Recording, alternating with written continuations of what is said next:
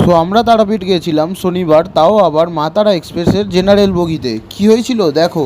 তো গাইজ, অনেক দিন ধরেই ভাবছিলাম কোথাও একটা বেরিয়ে আসলে হতো, বাট বন্ধুবান্ধবদের বলতে তারা কেউ রাজি হলো না। কিন্তু আমি থামিনি। কালকে হঠাৎই ইচ্ছা হলো একটু তারাপীঠে মায়ের কাছ থেকে ঘুরে আসি। তাই আর বেশি দেরি না করে দু একজনকে জোগাড় করে টিকিটটা কাটতে চলে গেলাম। বাট তৎকালীন কোনো রিজার্ভেশন টিকিট পাইনি, তাই আমরা জেনারেল টিকিটটাই কেটে নিয়েছিলাম। সেহেতু বসার সিট পাবো কি না জানি না, তাই আমরা নির্ধারিত টাইমের 1 ঘন্টা আগে স্টেশনে চলে এসেছি।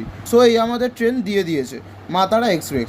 আর আজকে ছিল শনিবার, কি হবে জানি না। তো গাইস, যেহেতু তাড়াতাড়ি এসেছি তাই বসার সিট পেয়ে গেছি।